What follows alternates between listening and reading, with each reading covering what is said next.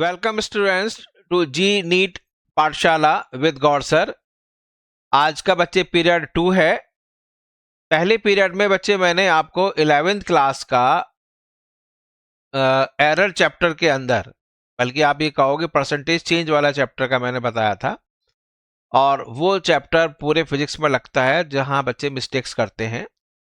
तो इस आज का हम बच्चे 12th का एक एक पाठशाला में एक पीरियड हमारा बच्चे 11th क्लास का रहेगा, और दूसरा जो नेक्स्ट पीरियड होगा बच्चे वो 12th क्लास का रहेगा। तो इसलिए जिससे कि आपको जी और नीट के बच्चों को सारा का सारा 11th और 12th का सिलेबस कवर हो जाए, जिसमें उनकी गलतियां हैं वो गलतियां ओवरकम करें। उनको जो पॉट होल्स हैं उनमें बच्चे हम गिट्टियां भर देंगे, जिससे कि वो पॉट होल्स रहे ना, आपके मार्क्स कहीं निकल ना जाएं, छलनी से निकल ना जाएं, है ना, भरे भरे रहें आपके। तो चलिए, तो टाइम नहीं खराब करते हुए बच्चे हम दूसरी पाठशाला के दूसरे पीरियड की तरफ चलते हैं। चलिए बच्चे,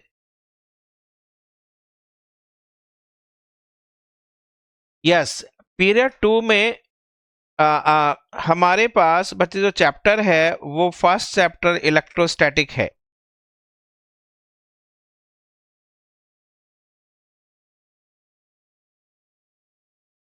इलेक्ट्रोस्टैटिक में बच्चे बच्चे बहुत ज्यादा कंफ्यूज करते हो जाते हैं। वो है, एक तो है बच्चे electric field intensity. Field intensity, ठीक है, ये बच्चे ध्यान रखना है, ये वेक्टर क्वांटिटी है। दूसरा होता है बच्चे पोटेंशियल, इलेक्ट्रिक पोटेंशियल। जैसे इलेक्ट्रोस्टैटिक है ये, तो मैंने इलेक्ट्रिक बोल दिया। Electrostatic field intensity and electrostatic potential, ये बच्चे वी। ध्यान है ना, ये वेक्टर क्वांटिटी है और ये बच्चे स्केलर क्वांटिटी है।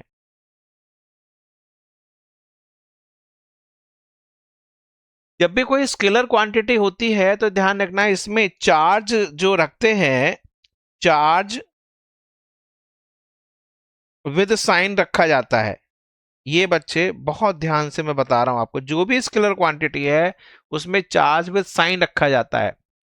अब आगे जो पोटेंशियल स्केलर क्वांटिटी है, जैसे आपके पास इलेक्ट्रिक फ्लक्स है, इलेक्ट्रिक फ्लक्स स्केलर क्वांटिटी है।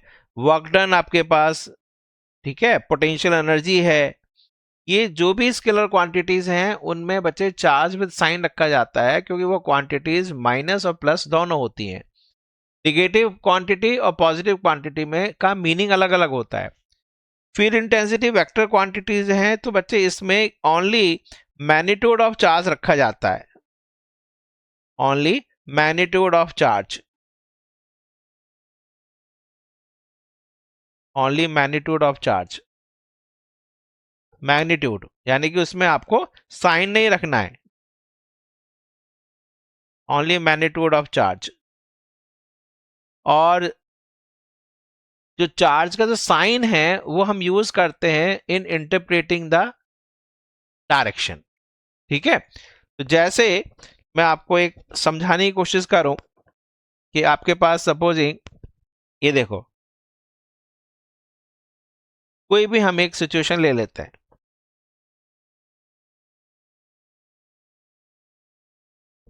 ठीक है। अब यहां पर बच्चे, यहां पर मान लीजिए प्लस क्यू है, कुछ भी ले लेते हैं, चलो ये प्लस क्यू है, ये आपके पास माइनस क्यू है, यहां पर आपके पास प्लस क्यू है, ठीक है, और ये आपके पास कोई, ये इसका सेंटर है, ठीक है, ज्योमेट्रिकल सेंटर है। ये बच्चे ए साइड का एक इक्विलेटरल ट्रायंगल है, ठीक है।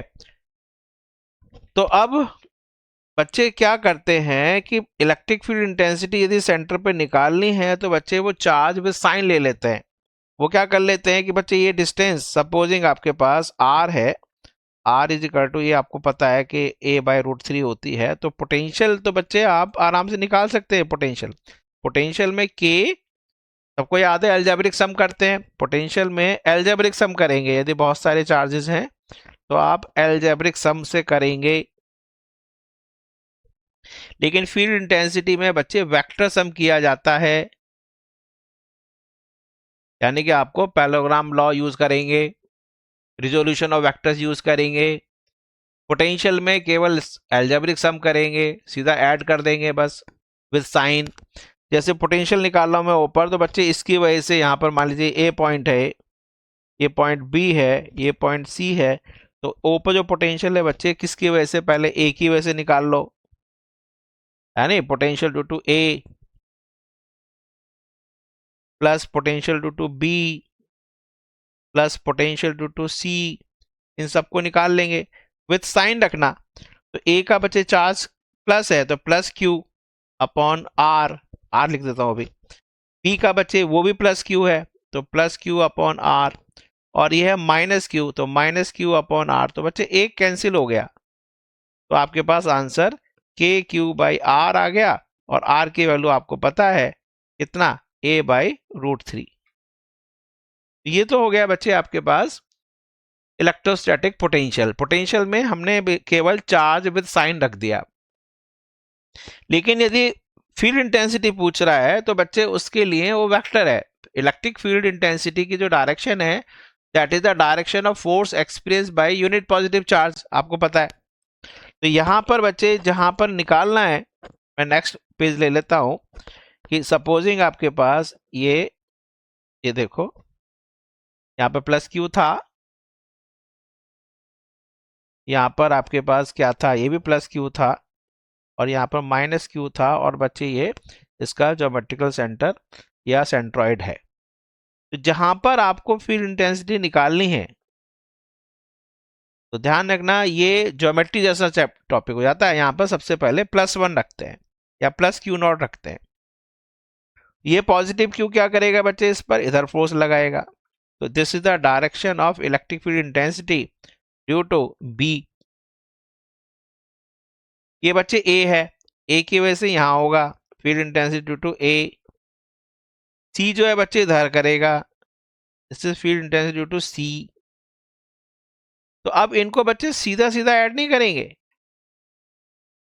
अब यहां पर इसमें वेक्टर का कंसेप्ट लगेगा। आपको दिख रहा है बच्चे ये इनके बीच में एंगल 120 डिग्री है।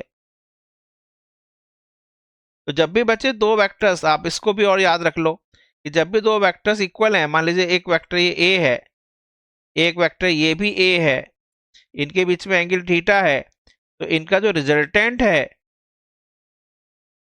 वो आता है बच्चे 2a into cos theta by 2। अब क्योंकि ये एंगल आपके पास 120 है तो कॉस 120 बाई 2 कॉस 60 हाफ होता है। तो बच्चे इन दोनों का जो रिजल्टेंट है यानी ई बी, क्योंकि ई बी और ई ए है तो मैग्नीट्यूड सारे बराबर, ई सी भी बराबर ही है, सबकी वैल्यू कितनी है, के क्यूब अपॉन आर स्क्वेयर, ये मैंने आर ले लिया था। तो बच्चे ई बी और ई ए इन दोनों का वेक्टर सम जब करेंगे तो बच्चे ये आ जाएगा, ये वैल्यू कितनी हो जाएगी, क्योंकि आपके पास 2, ये वैल्यू हो जाएगी 2 इंटू ई बी या ई ए, सबको मैं ई ले लू, इंटू कॉस 120 बाई 2 यानी कॉस 60 हाफ होता है यानी ई होता है। तो ध्यान रखना 120 में यदि दो वेक्टर्स इक्वल हैं तो उनका रिजल्टेंट एक वेक्टर के बराबर आता है, सबको पता है। तो ये तो बच्चे इन दोनों को हटाकर रिजल्टेंट यहाँ ई आ गया, ये ऑलरेडी ई है, एक ई ऑलरेडी है यानी ई सी जो है आपके पास ये रहा, ये भी बच्चे ई है। तो रिजल्टेंट आपके पास ई और ई मिलकर कितना आ गया, तो रिजल्टेंट जो फील्ड इंटेंसिटी है वो आपके पास ओ पॉइंट पर ई ए और ई बी का ई हो गया, और वो ऑलरेडी ई था तो वो आंसर आ गया 2e, यानी 2k Q upon R square, R कितना है a बाय √3 का होल स्क्वेयर। ये मैंने आपको बताया कि बच्चे गड़बड़ मत करना, इलेक्ट्रोस्टैटिक में पोटेंशियल स्केलर क्वांटिटी है, अलजेब्रिक सम होता है, लेकिन इलेक्ट्रिक फील्ड इंटेंसिटी में बच्चे आपको वेक्टर का कंसेप्ट लगाना पड़ेगा। ठीक है, ये क्लियर हो गया, बस इतना सा बताना है। और एक और चीज ध्यान रखना है कि बच्चे देखो एक और गड़बड़ कर देते हैं कि जो इलेक्ट्रिक फील्ड इंटेंसिटी है उसमें बच्चे के क्यू मॉड है अपॉन आर स्क्वेयर, नीचे स्क्वायर है, एंड पोटेंशियल में बच्चे K with sign Q with sign upon R है।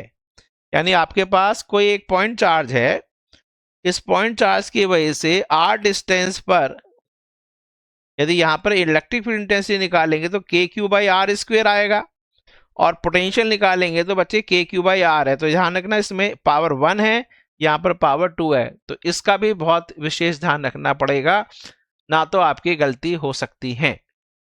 ठीक है बच्चे, तो आज हमने इलेक्ट्रिक पोटेंशियल और इलेक्ट्रिक फील्ड इंटेंसिटी के बारे में बताया।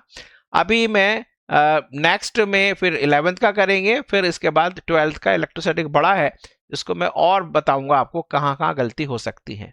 बच्चे रिवाइज करते रहिए, बेस्ट ऑफ लक। आप हमेशा जो चाह रहे हैं वो आपको, आपका स्कोर वही अच्छा मिलेगा, और you will get very good colleges, government colleges. ठीक है, ऑल द बेस्ट, आप मेरे साथ रहिए।